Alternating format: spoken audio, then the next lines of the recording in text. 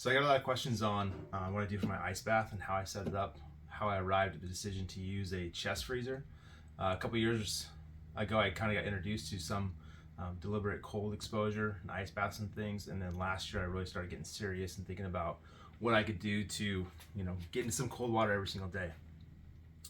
So if you're like me, you've looked at YouTube, you've looked at Instagram, you've read forums, and you scoured the internet for information. And basically, I came down to there was three options for ice baths. Right, you could go and buy the big galvanized tubs from Home Depot or one of the farm stores, and you could pack that thing with water and ice. You could get into that thing for your cold exposure. You could get a chest freezer like this here, and then you could do some DIY stuff to make it watertight and the appropriate temperature. Or if you had the money, you could buy one of the commercial available cold plunges. Those are ranging from $7,000 on the low end and up depending on how fancy you get.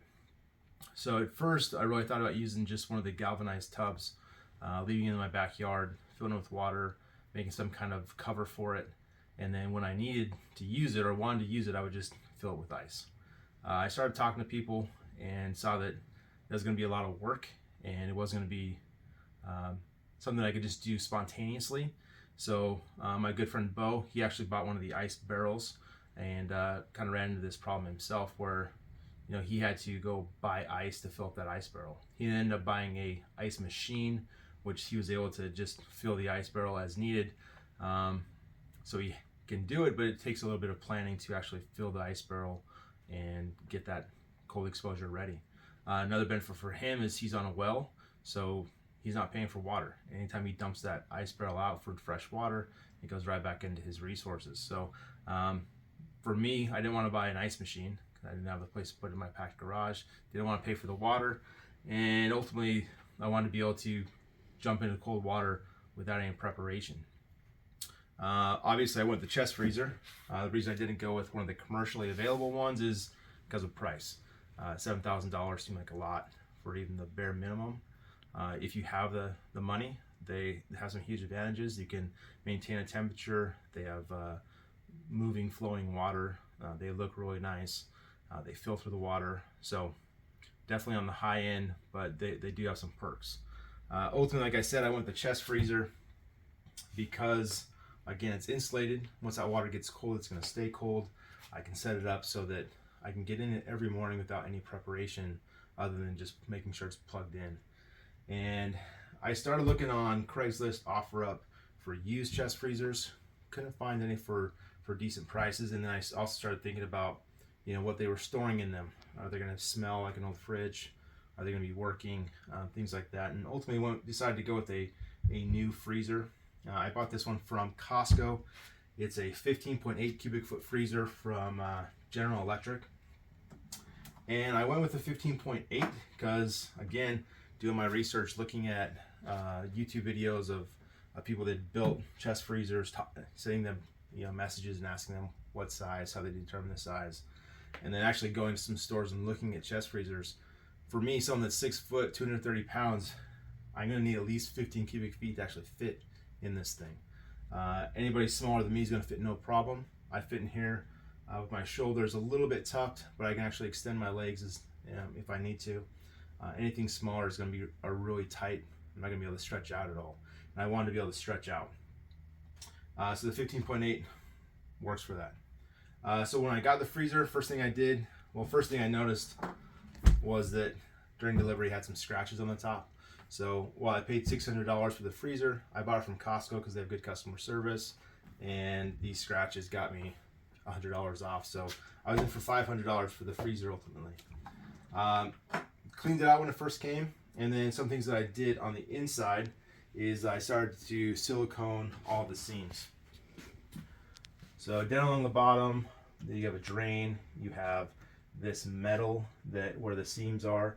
I applied a pretty thick bead of silicone everywhere to make sure that the water was going to stay inside the actual freezer. I didn't want it spilling out into the motor area or just leaking onto the floor. I would say if you're going to do that, if you're going to silicone inside, use a good quality silicone and use a lot, and make sure that everything is nice and tight. because once the water is in there, you don't want to worry about dumping it out and resealing everything. That's all I did on the inside. I didn't have to let it air out for quite a while to get that silicone smell out. And then as far as keeping everything cool and clean, the way I keep it cool, right, is I use a simple timer, electrical timer. This is set to go off from midnight until 4 a.m. So it runs 4 hours right now.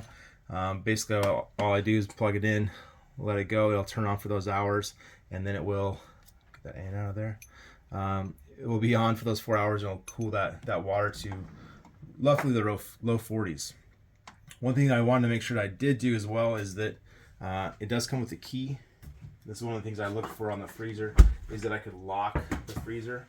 That way, when it's plugged in, it's locked. So I know that I need to unlock the freezer in order to get in.